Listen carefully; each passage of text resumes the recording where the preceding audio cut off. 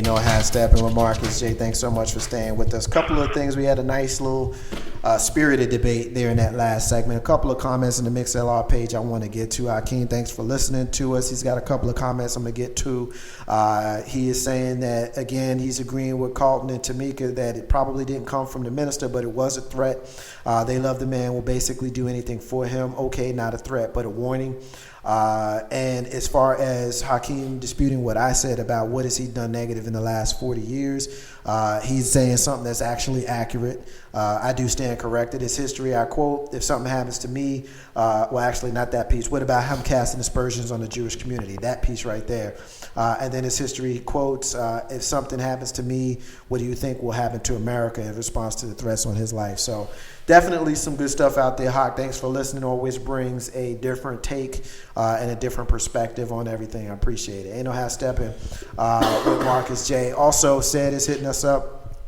He's saying either way, he let him know if it's done again, something will happen, cause and effect. So everybody seems to disagree with me. I don't necessarily take it as a direct threat. I take it more as, the fact that you said something about me, you will have a problem if you say something about me again. And I don't necessarily always say that that's a threat simply because you started it. And so because you started it, now I get to finish it. So, and that's not always a threat. But I'll take the last word on that. We'll move on. Ain't no half stepping with Marcus J. I teased the last segment by saying that we had someone black that has been high profile and profile. I'm going to come to that in a minute. But I want to get in, Dub. I want you on this one first. blackandbluedog.com is reporting that filmmaker Lee Daniels and Tony, I would definitely want you on this one as well, and so is Carlton. Filmmaker Lee Daniels is the guy that's making the movie The Butler that starring Oprah Winfrey and Forrest Whitaker, is made what some would say is relatively controversial statements.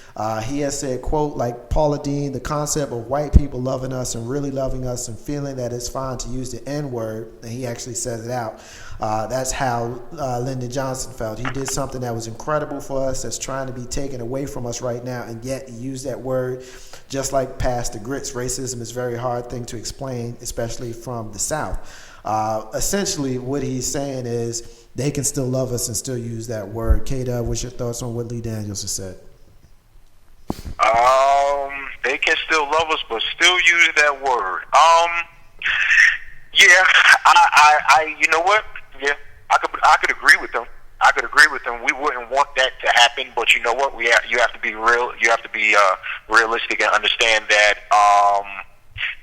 that can be that can definitely happen. If I'm not mistaken, this past weekend there's two football players that in the NFL, one being white, one being black, and the black guy calls the white cat his cracker, and the white cat calls the black guy his N-word, and they stated basically, they love each other like brothers. It doesn't go past the four walls that they're in. So, and I would venture to say, granted I don't know those individuals personally, I would venture to say that if they both made that particular comment, especially on within a team atmosphere or whatever like that, they both do love each other and do regard each other as brothers. So in one aspect, I do understand what Lee Daniels has said, and I can partly agree with that. But again, taking a step back, we have to also not forget, what those particular words entail, so on and so forth. I mean, we're basically going over this again. It seems like every week something like this is coming up. Tony, exactly. Hold on. Let me move on. Let me move on to Tony. Tony, what's your thoughts on the situation? I agree with K-Dub in that, that's something that they certainly have to be cognizant of where they are when they say that to one another, because brown people are still very sensitive about it coming from white people, and I even don't like to hear brown people say it out in public, so I don't think just because a white person uses the N-word that makes them racist, but at the same time I don't think that it's, at least not now or anywhere in the near future, going to be at a point where it's a jovial greeting that would be accepted, by brown folks. Colin, what's your thoughts? Well, you saw my Facebook post the other day, and I didn't. Yes, you did. Okay, what did it say? I mean, It talked about Paula Dean and the boy from the NFL. I can't remember his name right now. But Riley Cooper. Yeah, Riley Cooper. Okay. And, I don't remember. It was just to the fact that until everybody changes, I don't. White man can say it all he want, because the black man is saying it every day. There's songs on the radio that perpetuate the whole thing. Radio stations are blatantly saying, if you watch network TV, they will allow that one word to be said. You haven't heard the word cracker on TV since George Jefferson said it against Archie Bunker. That's because white folk control what's said on television, what's said on the radio. That's why. Well, I mean, that's not my point, Marcus. Okay, what's your point? The point is, until everybody starts changing it, until somebody else starts saying, I'm going to stop saying it, opposed to correcting how I spell somebody's name on my Facebook post, then don't come at me. Don't say anything to me. I don't care. I'm tired of it. No, I mean, the whole thing is this. Everybody says it. You either said it one way or another. You say it to each other. People say it every day. Getting back to the actual subject of the segment with Lee Daniels saying that white folks can love you and still use that word. Surprisingly, I actually agree with him. People expect me to always take a militant turn on something, but this isn't one where you're going to get it from me because I don't think that you're automatically a racist because you use a racist word. However, I think a lot of it has to do with intent and what your intentions are when you say certain things. And while I don't want to hear that word from anybody, I think there's a difference between a young white kid saying to his friend, yo, what's up, my N, versus the way Riley Cooper used the phrase, I want to kill all these N's in here. There's a very clear difference in it. And the young white kid who says, what's up, my N, is probably one of the white people that Lee Daniels is potentially referring to in what he says. Now, as far as, white people getting a pass for saying it because black people say it all the time, I'll never, ever, ever, ever agree with that. I'll never endorse that, because that assumes that all black people are okay with the usage of the word, and we're not. There's a lot of us. You're not okay with it, Carlton. Tony's not okay with it, and I'm not okay with it. So that means that we get muted out because it's a few jackasses who walk around and they want to take a nasty, vile word and put, love in it. No. And so when we are the ones that are muted and we remain muted and we allow ourselves to continue being muted by saying things like, well, we all say it, so until they stop saying it, then it's going to be said. I think we do our own community a disservice by doing that, because that's us giving up. You don't see no other community allowing themselves to be disrespected except ours. We the only ones. You use a bad word for gay people, you're going to pay for it. Use a bad word for Jewish people, you're going to pay for it. But with us, like you said, we see it on television, we hear it on the radio, and a lot of that has to do with the fact that we're saying it, but we're not the ones that's putting it on the radio, and we're not the ones that's putting it on television. Yes, we are the ones putting it on radio. We're not the ones in control. If you sit here and tell me that we're in control of our own image, then you okay. Definitely. How many songs are on the radio right now with the word in it? I mean, okay, I can't answer that question. Okay, you can't answer that question. You can't answer the question. Hey, Carlton, what he's trying to say basically is that if you look at all of the radio, programmers across the country, you'll find that I would probably say anywhere between 90 to 95% of those radio programmers that control what gets played on a day-to-day basis are Jewish individuals or white individuals that control what gets played from sun up to sundown on the radio. We as a African American community do not have control over what gets played on the radio or what gets shown on television. We do have control with what we put on records, but again, when those records are presented to the radio companies, the programmers at those radio stations select those songs that you hear constantly, day after day, hour after hour, and those individuals does not look like any of us. That's because they're getting hits for that song. That's because ratings are driven by that song. Okay, that's why they're allowing it to be played on there. The thing is, there's a song by I Love This Ish. Okay, every other verse is the N-word in that song. Okay, why did the guy make the song in the first place? Well, you gotta also. I mean, because you're not listening to what he just said and what I am listening to what he said. Because at the end of the day, we are not the ones that are in control of what our image is. That's the unfortunate reality here. And the fact of the matter is, when the people that were making positive records, were out there, those people got phased out. Because the people who were in charge of the image decided that they did not want the masses of young black kids to walk around with African medallions around their necks and talking about black power and all of that kind of stuff. They would much prefer to have the kids in the street act crazy, killing off each other and all of that kind of stuff. And that kind of thing is what's perpetuated in the music now. You're going to always have the good and you're going to always have the bad. But when you choose, you make a choice as the person who's in charge of what gets put out, and you make a personal choice to put out the negative as opposed to the positive. Don't give me this is what the people wanted to hear. No, because one of the most popular groups of all time, Public Enemy, Boogie Down Productions, and Tribe Called Quest, all groups like that were doing great, slowly got phased out for the misogyny and the violence and all of that kind of stuff. You mean to tell me that there was more violent groups out in those days than there was positive groups? No, regardless of the group. I'm not talking about the group. I'm talking about the lyrics of the song. I understand. And the ratings dictate what gets shown on TV and radio. That same point that tells me that you're not listening to what we're saying. Then what are you saying? I just said what I'm saying. If you're going to put it on one song, it's not one song. You just did. I'm calling out one song because it's prevalent in the radio in the song. It's prevalent in the radio, but there's a history here. Okay, this didn't just happen overnight. Okay, and it was a plan. Okay, you're not hearing what I'm saying. You're not hearing what I'm saying. What I'm saying is this one song says it's like 20 times. Okay, I don't want to hear about that one song. Every day. Move on from that one song. Really. Okay, but see, now the other song may say it once or twice, but this one says it a multitude of times. Okay, you missed the whole part. You missed the whole part. I'm not missing any part. People. I'm telling you, I just said ratings, and then you told me ratings don't dictate anything.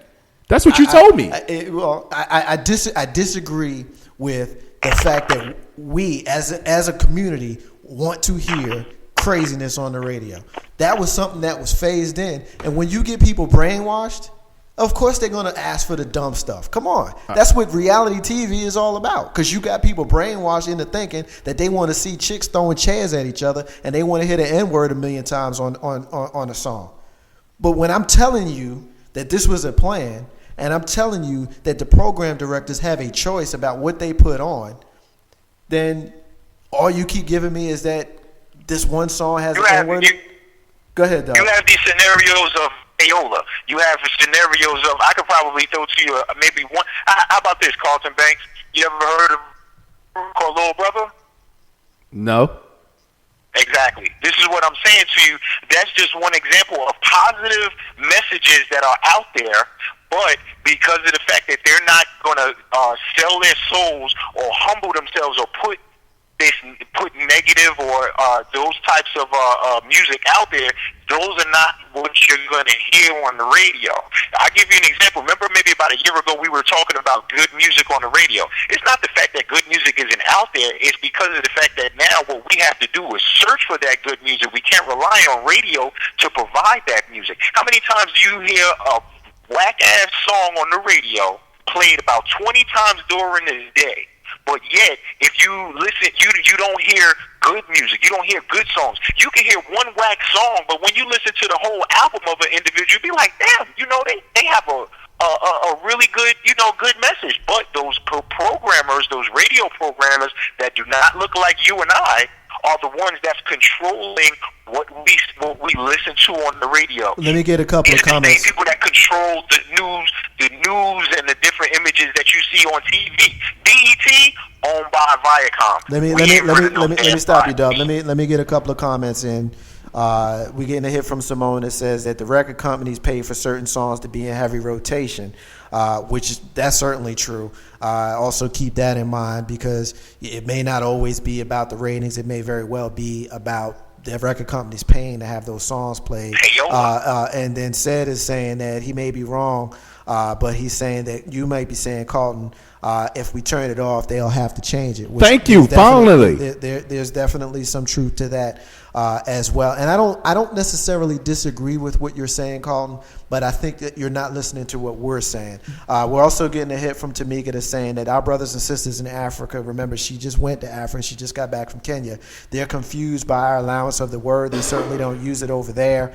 And it was a big discussion on the topic between herself and young African men and women. They definitely feel we glorify the word in our music and everyday life, and they feel that there's nothing endearing about the word. She's also continuing by saying that we actually in control of our image. We as a community, if we get together and not stand for the craziness, we can make it go away. There is other ethnic groups that will not stand for the things and allow it, will not let their people be depicted in that way. Very good point. Very good point, Tony. Get in here. I just wanted to piggyback on that. It's very interesting this came up because I was talking to one of my coworkers today who is an older white woman, and I was asking her, I don't even know how we got on the subject, but I was asking her if she'd ever watched any of the various reality shows about these, different rednecks all over the place that are just doing all kinds of crazy stuff. And her response to me was, I remember just recently there was a group of African American women who were here locally, and they tried to do a reality show, and the community said, we're not having that.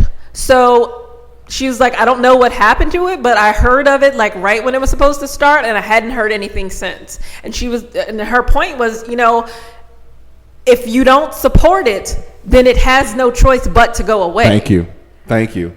And then that's what we need to do, because that show, which I know everybody knows what show I'm talking about, Yep. As far as I know, it came on once, and I hadn't heard anything else about it. Yeah. So Michael Jackson has a song, and you talk about it all the time. Kick me, kike me. Right. Okay, why can't we do the same thing? I agree with you, man. But I agree with you. But what I'm saying Because is, there's no unity. there's definitely no unity. But there's definitely, there's definitely a plan at work here. And while I agree with you, I do need for you to at least acknowledge the fact that this is a plan. The fact that the images that we see of us presented to us by people who do not have our best interests at hand are showing us in a negative light, and it continues to happen. Now, can we come together and change it? It remains to be seen. It absolutely remains to be seen if we can do that. But there is certainly a plan. SY is still listening to us, and she's saying, again, if we don't stand up for ourselves and command respect and teach our youngsters from day one, it's the same thing. It's never going to go away. So definitely is the prevailing theme here. We as a community need to do better. I think putting it on solely on the shoulders of those of them, I should say, who are presenting it, who don't have our best interests at hand, is not necessarily the way to go. I think I agree with Carlton in the sense that we need to be the ones that take a stand and not go that route. But I also think that we need to acknowledge that we're in a fight. This isn't just us, putting out records that, denigrate us. This is a plan to use us against us, and there's a lot of precedent for that, because we know that Africans, even though Africans were slaves, Africans also helped the slave catchers. And I think the analogy that some of these rappers who continue to put these negative images out there in their lyrics, like the person that you're referring to with the N-word and every other word of that song, are just like those African slave catchers. And I spoke with Jay-Z last week. The first thing that I noticed when I listened to Magna Carta Holy Grail was the very first song probably said the word 10 times in the first bar. So that's a little crazy. Ain't no how Steppin Marcus, Jay. A couple of quick stories I want to get through real quick, because I want to get the crew on out of here. It's about 9:20. We got another 20 minutes or so that we're going to go. First thing I want to get to is the Attorney General today. Eric Holder comes out, Dub. I want you on this one first, who is going to end minimum sentences for nonviolent drug offenders. I'm getting this from yourblackworld.net. Some will view it as a surprise decision, but he announced it. Low-level nonviolent drug offenders and have no ties to gangs, looking to reduce some of those sentences. It's a vicious cycle of poverty, criminality, and incarceration traps too many Americans and weakens too many communities. However, many aspects of our criminal justice system may actually exacerbate the problem rather than alleviate it. The Washington Post is reporting that Holder is calling for a change in the Justice Department policies to reserve the most severe penalties for drug offenses for serious, high-level, or violent drug traffickers. I'll leave it there, Doug. What's your thoughts on this? Well, it will be interesting to see when this is going to go into effect and how will it affect those businesses, because at the end of the day, we have to look at the criminal justice system, or better yet, the jail system is a business. We have a lot of these jails out here that are privately owned that are telling stockholders who are, with these jails also being on the stock exchange, telling these stockholders, I can guarantee a certain amount of individuals being in my prison within 5 years, 6 years, 7 years. So, granted, I understand where the Attorney General is coming from, but you know what? At this particular point, until I actually see movement and I actually see something happen, it was a nice speech. It's lip service at this particular time. We've been talking about this for a while, but let's reevaluate this when the action actually starts. No, I can dig it. And just to kind of bring it full circle, those same private prisons, I would be willing to bet that if we follow some money, we would see a lot of them have money in some of these record deals. Some of these record labels. And so when I make a statement about how it's a plan. You got money in the record label, but you also have money in private prisons, and you're putting out music that denigrates communities. It is a plan. Tony, what's your thoughts on this situation? I'd like to know what is going to supplement that shortened time. Like, is there going to be like mandatory military service or educational programs that they'll have to complete? Because my first thought is, okay, well, these drug dealers will say, well, I'm only going to have to do like 4 years instead of 20. So, I do that for. Yeah, no, that's a fair point. But the only thing to that I'll say is we know that when, the great black president Bill Clinton signed into law the fact that if you got crack, you go to jail forever, and you got powder, you go to a country club, who you think that was targeting? So, I look at that, kind of with a grain of salt, but I agree with Dub in the sense that, it's one of those things that you can talk about it. Let's be about it. Carl Banks, what's your thoughts on it? Big money's always been involved with prisons. They make them every day. People got to go in there. Cheap labor is the best thing describing it. And when your overhead is X and your underhead is Y, you're always going to get a Z. So X and Y, Z. I agree. Ain't no half stepping with Marcus J. Call us if you want to be down. 804-402-2893. Next to the last thing I want to get into is stop and frisk, where it came out today that the stop and frisk policy in New York has been basically a federal judge basically says the policy is aimed at curbing crime, discriminates based on race. And that's a federal judge that's saying that, and they have now decided to appoint someone to go in and oversee the stop and frisk policy in New York. Of course, Mayor Michael Bloomberg held a press conference that said that they will absolutely appeal that decision of Judge Shira Scheindlin, who appointed Peter Zimroth as an independent monitor to overhaul the entire policy of stop and frisk. I'm getting that from USA Today. Tony, I'm going to get you in on this one first. We've talked about stop and frisk for the life of Ain't No Half Step with Marcus J. Even bringing in NYPD police officers who on opposite sides of the argument, both one who admitted to actually doing it and one didn't admit to doing it, but she works at NYPD. My guess is that she had actually done it, even though she disagrees with it. That being said, what's your thoughts on the fact that you actually have a federal judge who is now basically saying what the statistics have said, what those of us who are opponents of it have said, and now they actually are going to have to succumb to an overseer basically of their policy? What's your thoughts, Tony? I mean, and it's great to have an independent person who's overseeing the policy of the program, but when it comes down to the everyday actions that are on the streets, how close is that eye going to be when they're out there? Because you can only do so much from an office somewhere. There needs to be regular air quote, policing of the stop and frisk policy. And I'm just interested to see how they can do that and do it fairly. Colin Banks, what's your thoughts? The whole stop and frisk is done to target people. I think we always said it when, at that time of the month when we see the cops all sitting out there on the side of the road and there seem to be more in abundance. That wasn't stop and frisk then because, again, we saw them, but now we're seeing it because they're in mass and that they're targeting one specific area versus when they're doing it traffic wise. You see them on the interstate, you see them in the regular busy streets. That's when you really see them. So that quota kind of thing has to be met, and it's again looking at just one particular area. You're not in the suburbs, you're in this inner city more so than anything else. We're getting a hit on the MixLR page, going back to the Attorney General, Tamika, saying that Eric Holder has a good idea, but it would be hard to get it through Congress like the original bills in the 80s and 90s. Back then, crack was really taking over the neighborhoods and getting the high society whites. So it would be interesting to see if he can get it through, which is, we agree with that. We essentially said that as well. As far as the stop and frisk thing, I'm on record as saying that, it's discriminatory. You get some that'll say that, it's mostly done in the high crime areas. And if the high crime areas are in the Black and Latino areas, then so be it. I understand that thinking.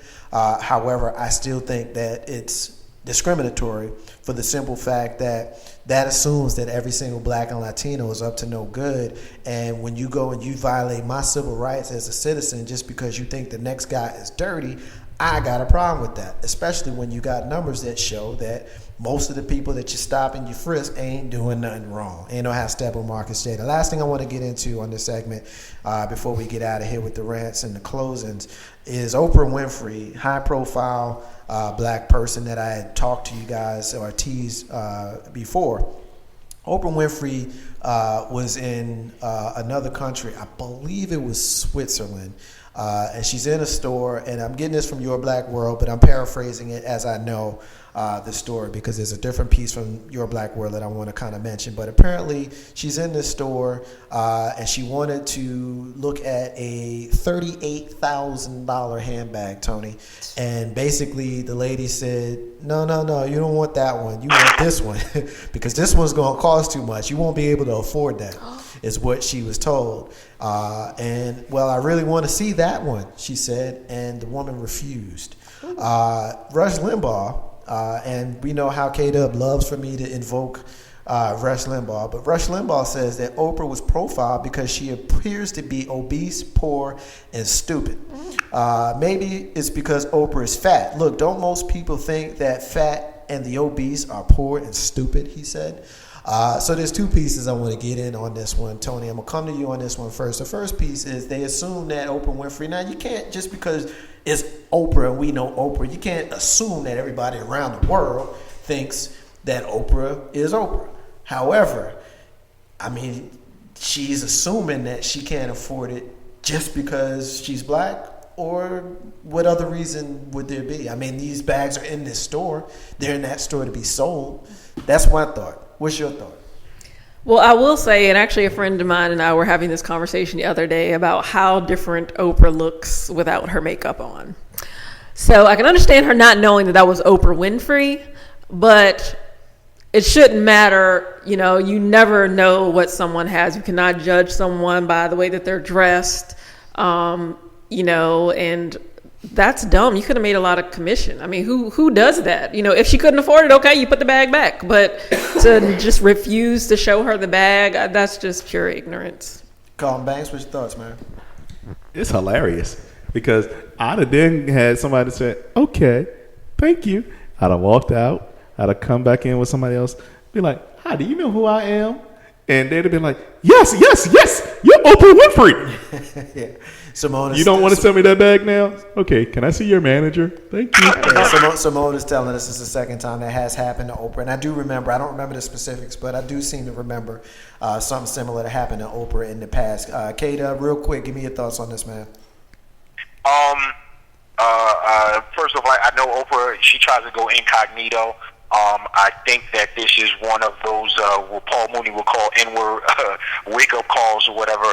But listen, man, this is the second time that it's happened to Oprah.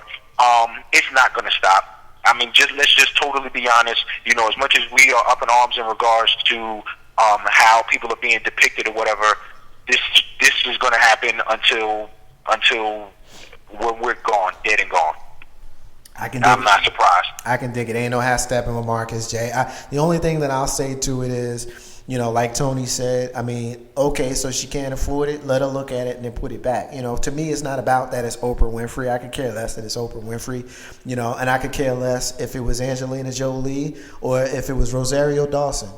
To me, it doesn't matter. It's a black woman to me. What matters is you got someone that comes into the store that wants to see merchandise. You're gonna assume that they can't afford it, and so you're gonna potentially keep yourself out of a huge commission just because you lazy, or you want to make a negative assumption, and then when you get I almost said something negative, and I try not to do that. When you get Rush Limbaugh to assume that it's because she's obese and fat and stupid. It's just crazy. Why are we giving that dude love? I always like to make a point of showing people, because we may not just have people who agree with us as, young, intelligent black Americans listening to us. So if I got any of my white brothers and sisters who listen to Rush Limbaugh, who agree with Rush Limbaugh, I want to present it to them and show you how stupid he sounds to the rest of us. Your guy who you listen to every single day. That's your dude. He ain't the highest rated guy on radio for nothing. It's a lot of people that listen to him. So when he say something stupid, I'm going to call him out on it. Ain't no half stepping with Marcus J. Taking our final break of the night. Come back. We got our rants. We got our closings. And then we going to get the hell out of here. Marcus J. Ain't no half stepping. Back in a minute.